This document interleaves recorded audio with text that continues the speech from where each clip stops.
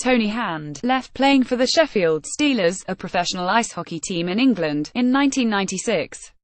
Hand is Britain's career leader in points, with 4,634 over 34 years as a pro. Matthew Ashton. Olympic Sport. Via Press Association, the International Ice Hockey Federation Hall of Fame inducted a procession of hockey greats in May. The honorees included the former NHL stars Joe Sakic, Teemu Selänne, Saku Koivu and Uwe Krupp, as well as Angela Ruggiero, one of the most decorated players in women's hockey. But no one made as memorable an entrance as Tony Hand, who stepped toward the podium that night in Cologne, Germany, dressed in traditional Scottish Highland regalia, an Argyle jacket, knee-high socks and a kilt.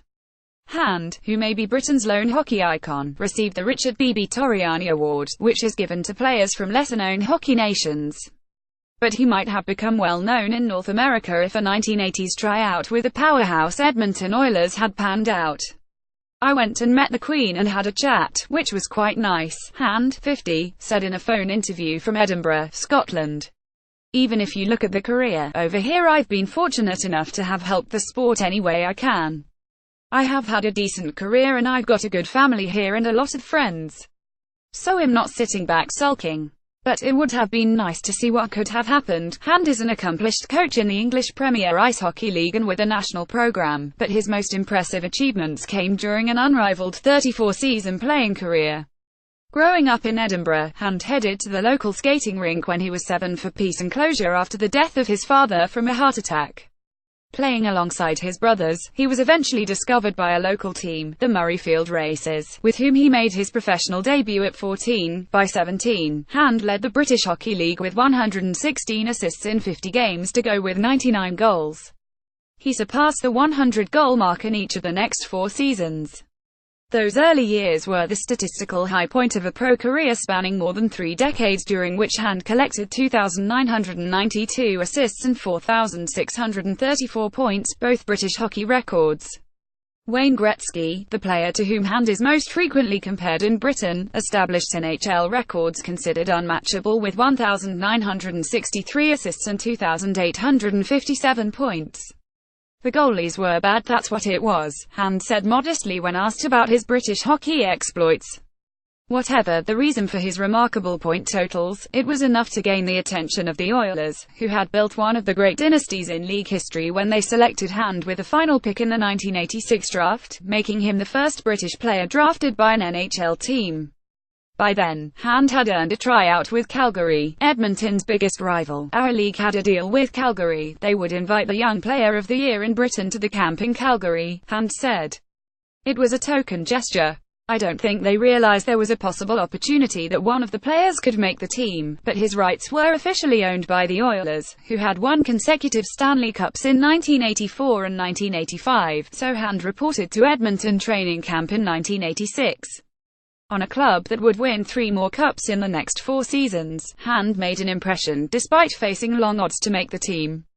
There was absolutely no question when he came over for that first training camp that he had enough hockey skill," said Bill Jewell, the Oilers' former director of public relations.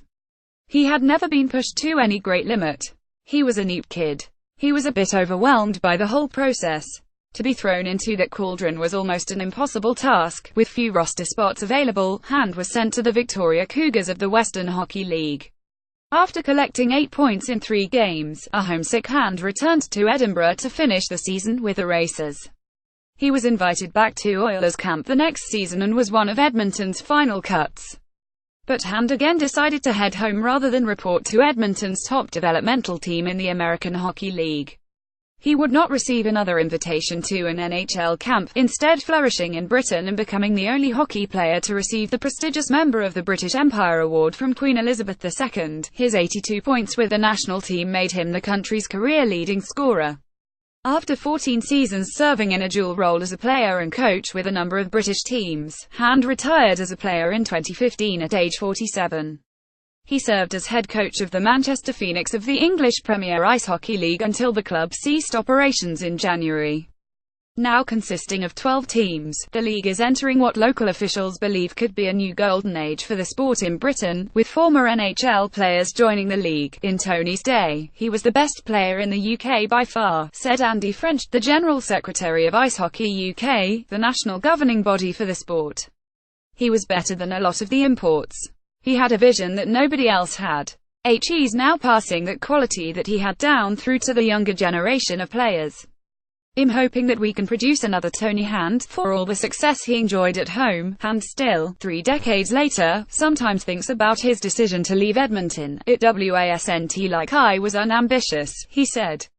I just didn't know. I had never been away. Obviously when you're young you make these decisions, and I had never had a father figure to sort of guide me. I don't sit and regret it.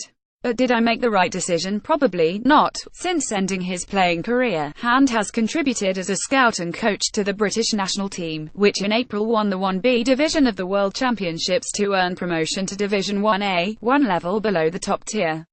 Hand's hope is that Britain's accomplishments in international hockey can help him find the kind of opportunity in the NHL he never quite pursued in an otherwise illustrious hockey career. I think I've got a lot to offer teams, Hand said.